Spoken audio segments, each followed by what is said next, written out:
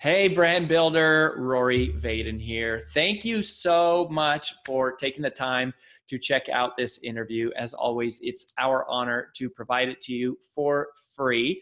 And wanted to let you know there's no big sales pitch or anything coming at the end. However, if you are someone who is looking to build and monetize your personal brand, we would love to talk to you and get to know you a little bit and hear about some of your dreams and visions and share with you a little bit about what we're up to see if we might be a fit. So if you're interested in a free strategy call with someone from our team, we would love to hear from you. You can do that at brandbuildersgroup.com/podcall, brandbuildersgroup.com/podcall. We hope to talk to you soon. The customer experience, customer secrets, customer service secrets.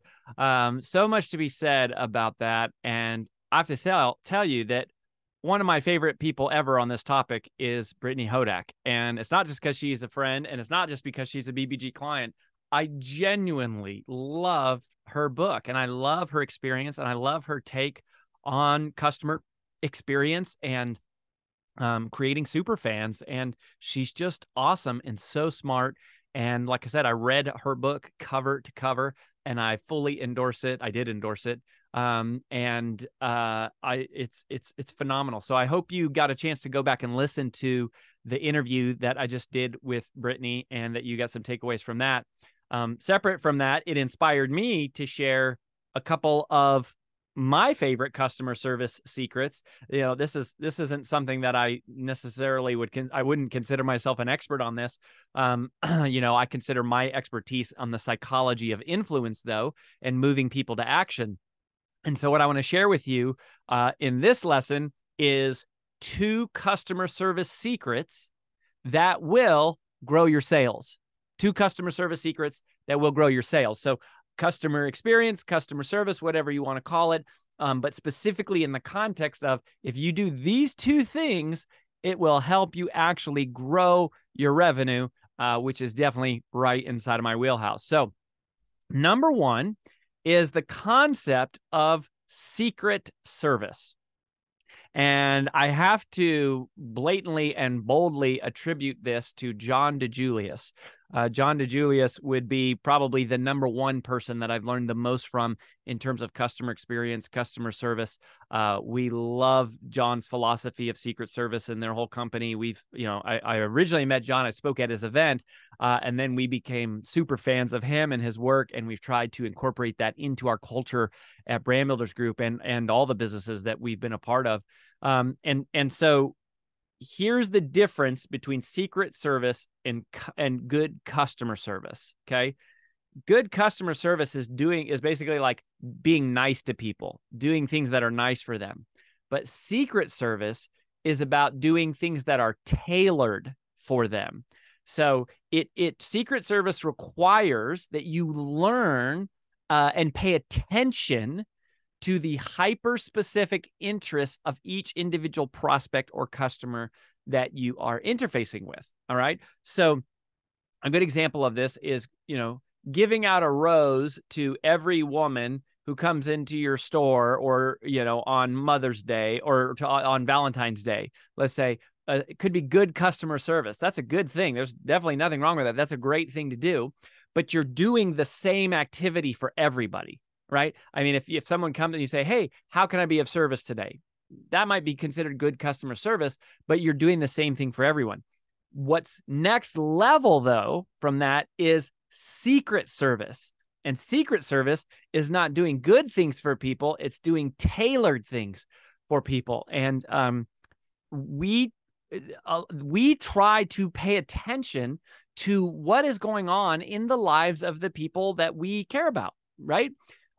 So for example, one of our clients is Keir Weimer, and Keir, if you know anything, he's incredible guy, has an amazing story. But Keir got into a boating accident when he was in his 20s. He ended up going to prison for it. And then, he has this massive turnaround story for how he transformed his life and became this very wealthy, successful real estate agent. But he couldn't get accepted back into a university for years. He came out of prison.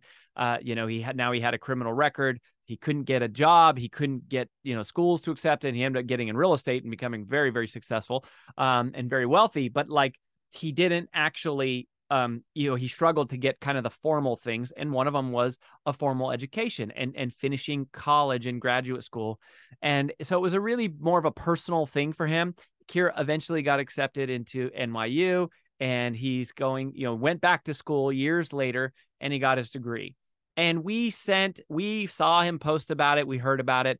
And so we sent him an NYU sweatshirt, right? And I mean, you would have thought that he won the lottery. He was so touched and so moved by that. That is Secret Service. Okay. That is Secret Service. We also try to pay attention to when people have deaths in their family, right? We try to often do something that's honoring to their loved one, whoever that is, or, sometimes it's a pet, sometimes it's a grandparent, it could be a friend, and just trying to be there for people. I mean, it's a little bit weird to even call this customer service, and it's definitely weird to think of this as like, oh, this is what will, you do this to grow sales. You don't do this to grow sales, and you don't do this to have great customer service. You do this because you care about people, and you want to let them know that they're important to you. And so when someone's important to you, you want to go out of your way to make them feel special, to make them feel important, right? If they're important to you, you want to do things that help them feel important, that help make them feel important. That's a part of what creates relationships and bonds, right? And if you know anything about Brand Builders Group, like, our vision is what we call 1,000 messengers. It has been since day one. We're not trying to be a company that sells for hundreds of millions and billions of dollars, right? Like, Brand Builders Group is not a profit maximization endeavor. It's not. We are an impact maximization endeavor. And we said we want 1,000 clients. That's what we want. 1,000 clients who choose to be in our monthly program, that we can work with, that we can know in an intimate way, that we can serve on a deep level, and that who we can be a part of their life. And we feel like we could build a team of maybe 50 people or so that feels manageable, where we could know our team and we know them well, and we all know the clients and we recognize them, and they're not all, just strangers in a crowd, but that we're doing life with our clients and we're helping them succeed, and that their wins are our wins, right? We're not going, oh, just bigger is better. That's just not our game. And so our clients matter. And so we want to celebrate their wins, right? When they have a win, we want to celebrate them.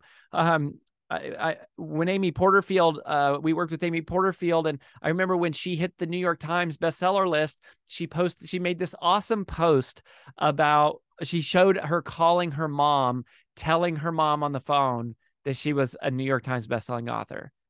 And it was like such a moving moment. It was so inspiring.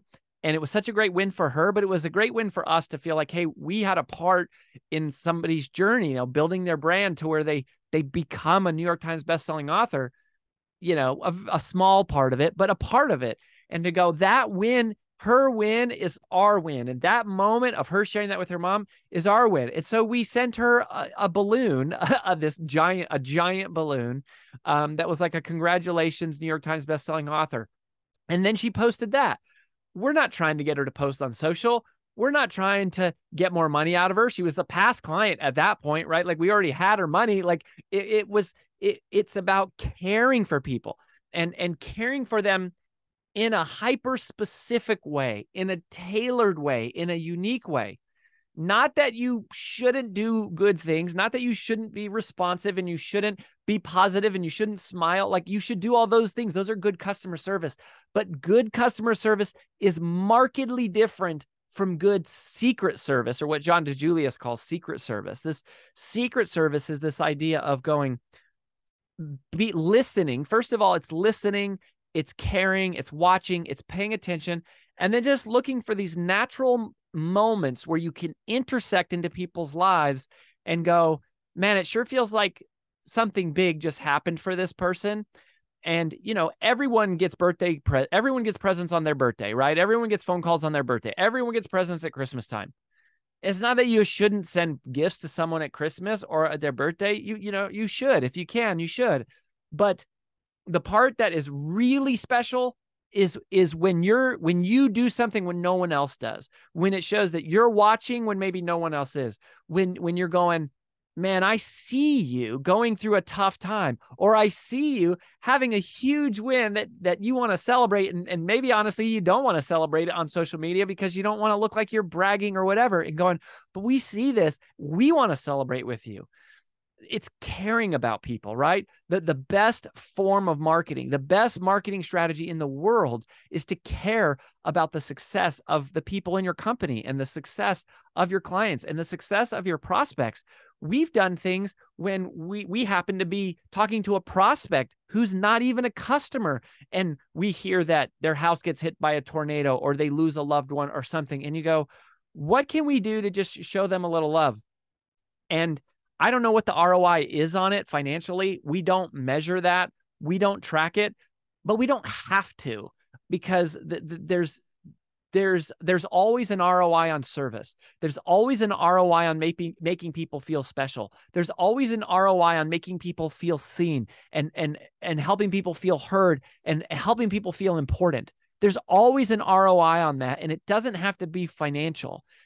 It's even if it's the satisfaction and the meaning and the purpose that you get from your business and what you do and the way that you're using your money, like, that's really special. And do we do it 100% of the time? No, we don't. Like, we miss a lot of them. And sometimes we're going too fast to pay attention. And sometimes we maybe money is really tight and we can't do it, or we can't do it for everybody. Right. But you try to choose the moments for the people that you go, man, this is someone who's important to me, or I want to be important to them, or I want them to be important to us. And I want to build a relationship to go, this is beyond money. This is beyond transactions. It's about caring, and it's about service. And the only part that's secret of it is that you're secretly watching, you're secretly paying attention, you're secretly going out of your way, pausing our own natural self-centeredness just for a moment to open our eyes and be alert and awake to what are the big things going on in other people's lives, and how can we mourn with them? How can we celebrate with them? How can we cheer them on? How can we encourage them? How can we recognize them and just make them feel special and important? So it's this hyper-specific response, this hyper-tailored experience, and that has been life-changing for me. The relationships that we have furthered and developed and deepened from that, and just the meaning and the significance and the joy, the genuine, authentic joy that you get from being able to do something for somebody. And this all could, from a tactical standpoint, this all could be summarized from a line from Sean Connery in the movie Finding Forrester. And Finding Forrester was not necessarily a great movie, but this is a great line. So even if it wasn't a great movie, this is a great line. And Sean Connery is this older writer, and he's mentoring this young writer. And he starts mentoring kind of like more than just writing. And this guy's like trying to catch the attention of a girl, or, to make her like him or whatever. He's trying to get her to like him or show her that she's important to him. And Sean Connery says, the secret to a woman's heart is an unexpected gift at an unexpected time. An unexpected gift at an unexpected time. That is what Secret Service is all about. Not just to a woman's heart, not just for earning romantic love, but for earning and developing and building all types of love. Love with your employees, with your customers, with your spouse, with your kids. Unexpected gift at an unexpected time, tailored to them. Right. And the key is tailored to them. Right. We have these wonderful, beautiful Brand Builders Group pens. These Brand Builders Group pens, they have our logo on them. Sending these out or giving these to everyone who comes, that's good customer service. Like, okay, hey, thanks for the pen, man. It's a cool pen, but it's marketing, right? If it has my logo on it or our logo on it, if it has our company logo, it's marketing. That's not service, that's marketing. But if I send them something with their logo on it, or a picture of their family, or celebrating their win, or memorializing their achievement, or something like that, that's not marketing. That's friendship. That's relationship. And so it's simple, but it's so powerful and profound. And most people don't do it because we're too busy and we feel like we don't have the money or we can't justify the ROI. And I'm telling you, just do it. Just do it. And also, it doesn't have to be big, right? You don't have to send them to Disneyland, right? That's not even Secret Service. Like it's just doing something that's really relevant to them. Is going, oh, you know what? They really love yoga. I'm going to send them some yoga socks, right? And it's like they get it and they go, this is so different than what it's like you're listening. It's like you're paying attention because you are. It means that you care. So show that you care and pay attention. That's Secret Service. My second customer service secret that will grow your sales, and again, I don't mean to hyperbolize too much the revenue part of this, but it does grow your revenue because it grows your reputation, and reputation always precedes revenue. So how do we track this exactly? We don't, nor do we want to, nor do we care about this, tracking these things. But if unexpected gift at unexpected time in a tailored way would be the first lesson. The second lesson is to anticipate the need. You want to provide great customer service, anticipate the need. That is what great customer service is all about. Right? Good customer service is meeting the need, meeting the expectations, right? I check into the hotel and I expect to have a clean room. I expect it to be ready. I expect it, to have, cool air and, a number of amenities based on the price that I'm paying and the brand of the hotel chain, right? Those are expectations. Anticipating the need is somebody arrives late and that they probably missed their flight. And so maybe they don't have their luggage, or they tell you it's been a rough day. I lost my luggage. And you go, oh, you know what? Let me send you up a toothbrush and some shaving cream and whatever. And, that's anticipating the need. What you want to learn to do with your prospects, with your customers, with your employees, your team members, with your spouse, with your kids, with anyone you're trying to build a relationship with, is anticipate their need. By the way, this is everything we do at Brand Builders Group. Everything we do is about trying to anticipate the needs of our clients. So we're going, okay, what do they need first? First of all, they need education. They need to understand that, there is a framework and a structure for how to build a sales page that converts, the 15 piece of copywriting, right? So we got to teach them that. But then we go, well, now what are they going to need? They're going to need help doing it. So we either need to introduce them to a vendor who can help get it done, or we got to create a template for them. And so we go, let's create templates that people can use, right? And it's like, okay, well, now they have a template. Now what? Now they're going to need help building it into a page. So how do we create a template to actually convert the copy into an actual landing page? Boom, right? And so our whole company is in a constant evolution of going, anticipate the need. What do they need next? How can we help our clients succeed faster? How can we help them succeed for less money? How can we help them create more impact? Like, what would shorten the learning curve? What would shorten the implementation cycle? Anticipate the need. If you want to earn the respect, the admiration of your boss, you want to raise, anticipate the need, right? Look on their calendar. This is the easiest thing to do if you have access to someone's calendar. You go, what do they have coming up next week? And they're not even thinking about it, right? Because their hair's on fire. They're thinking about today. And oh my gosh, what am I doing right now? So you look at what do they have on their calendar next week? And then you go, what are all the things I could do for them to help set them up for success? How much of the work could I do for them so that when they get there, and they find out in an unexpected fashion that so much of this is already done? Anticipate. That's how you get promoted. I mean, straight up, that's how you get promoted. That's how you get raises. That's how you become more valuable, right? You help other people succeed. That's what value is. Value is derived from helping others succeed. So one of the easiest ways is to go, you might not even have to learn anything. You might not even have to do anything different. You might just have to do it sooner and in a more appropriate timing, right? A lot of this is about timing. And you go, okay, what do they have coming up? And how can I help them succeed even before they get there? Or so that when they get there, I'm delivering this information, this tool, this training, this knowledge, this resource, this relationship, so that it's like, oh my gosh, you've already thought of this. You've already taken care of this. I mean, hallelujah. Thank you. Anticipate their needs. So you got to be asking that of yourself, of all of your employees, right? And your team members and your customers and your prospects. Like, what do they need next? What is the thing that they most need in order to take the next step? And like one of the things that we're rolling out, if you're a member, you know this, or you're going to know this. We have spent the last few years building something called Instant Automation Toolkit.